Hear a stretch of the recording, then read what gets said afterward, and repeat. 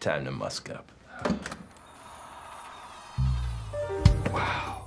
All right, back again with another video. Today, I want to talk about a fragrance line that I absolutely adore. One of my favorites. This is actually the line that really got me into the note of iris. It just clicked once I smelled it. I think everyone has that moment where they smell something and it just clicks with them and they love it right away. And that was the case with me with the Dior Homme line. I liked most of them. Some of them didn't even have orris in them. I don't think any of them really have orris in it. It's all synthetic, but nonetheless, they do it very well here. I had Dior Homme Sport, but I ended up selling that because it was more of a sandalwood kind of citrus fragrance. I wasn't overly impressed with it, and so I ended up selling it. But I do have majority of them, and I'm going to share them with you here. Let's switch up the frame here so you can get a view of the whole line at the same time. All right, we're going to switch up right now. All right, so let's begin. I'm going to start by intensity, so the lightest into the darkest. And I will begin with one of my favorites, honestly, and that is Dior Homme Cologne. A lot of people say it smells kind of like, I don't know, like lemonade, iced lemonade. And I kind of get that, right? But I get this very musky kind of green, I don't want to say maybe cypress. Forgot the note exactly in here, but I get that kind of light green touches from like a cypress tree or something like that. Very citrusy, kind of grapefruit-like, lemonade, very tangy, very fresh, cooling. Very nice stuff, very well made. Only issue here I'm sure many people have is the performance, although I don't really care about performance. I just love the smell here, and that'll give you a couple of hours before you need to reapply. Next up is the discontinued Dior Homme O, and this personally is in the realm of something like Prada L'Homme, but this is way better. Prada L'Homme, I know they say smells kind of soapy, but that one is very kind of woody, very choppy. I don't know, it just doesn't do it for me personally. It kind of bothers my nose, Prada L'Homme. This, on the other hand, is a very kind of waxy, fresher, soapy take on orris, although there is some of that cosmetic-y kind of pocketbook tones here as well, but not as much, nothing like compared to the rest of them. I think there's maybe coriander here. It's definitely spicy as well, a little woody in the dry down, but overall a very nice, fresh, soapy orris with some spicy undertones as well. Next up we have, well, I have two from the same ones, and these are two different formulas. And that is Dior Homme 2005. All right, and that's how you know, by the silver stem, obviously. I'm sure a lot of people are familiar with that. And it has Dior Homme on the stem. Now, a lot of people don't notice it because the stem is black now. But all of these stems, the black and white ones, still have Dior written on it. It's just really hard to tell because there you can kind of see there's letters on the stem. It's plastic and it's harder to tell, but Dior is still printed on the stem there. But anyways, Dior Homme, the original 2005, and I think this was the reformulation from 2012.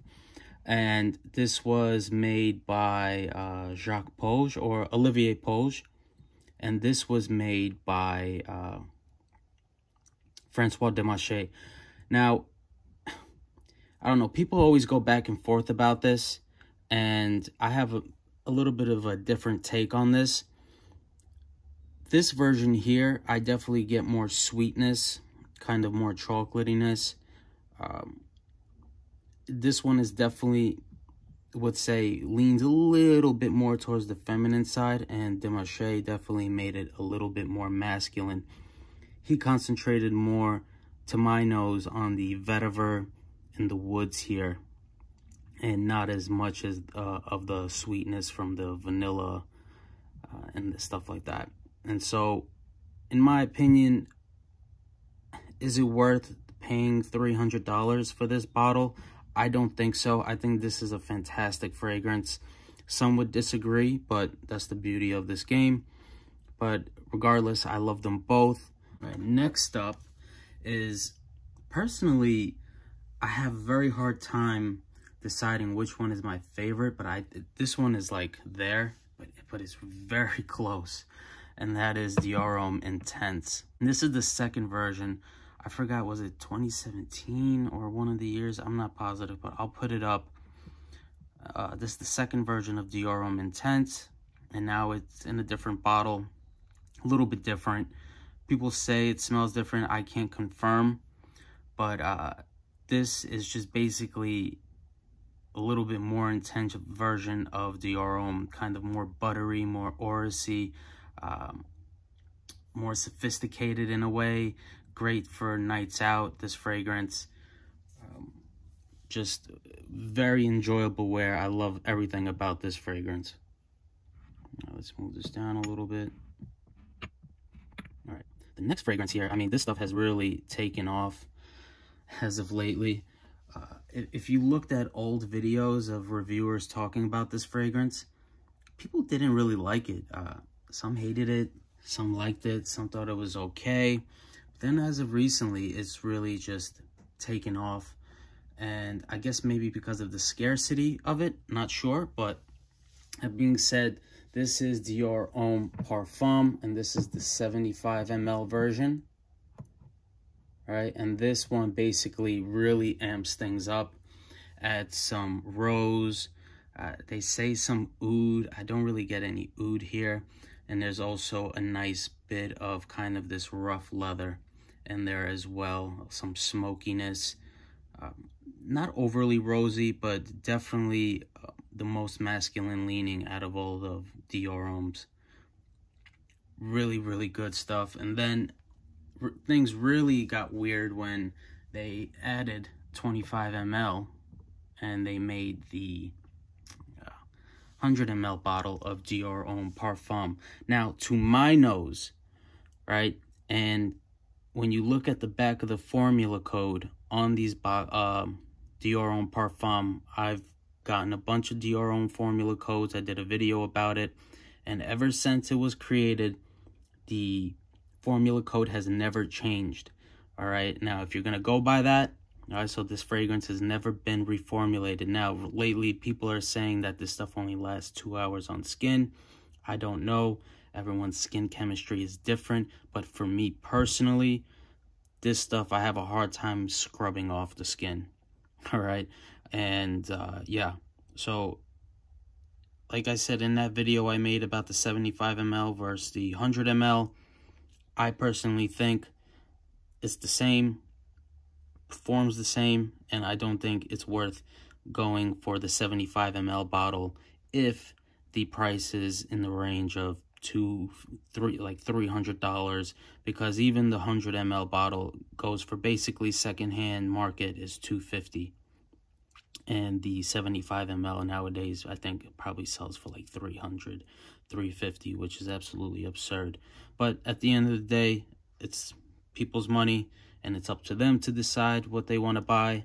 But I'm just trying to make things easier for people so they don't feel like they're missing out on anything, because I don't think so. And so Dior Homme Parfum in the 100 ml bottle is well worth it at a normal price. And so there is my Dior Homme collection. I do have some backups here of these fragrances. Don't have a backup of this. Don't really wear this one that often. As you can see, this one I spray on heavily. I stopped wearing the 75 ml because I started wearing the 100 ml. And Dior Homme Intense, I worn it a little bit too, but I'm nursing this bottle because I don't want to run out of this one. But I'll have to give the 2020 version a try and see if it's even changed that much, and maybe I'll just grab one of those. And yeah, Dior Homme, one of the greatest men's lines and fragrances, in my opinion, to ever be created.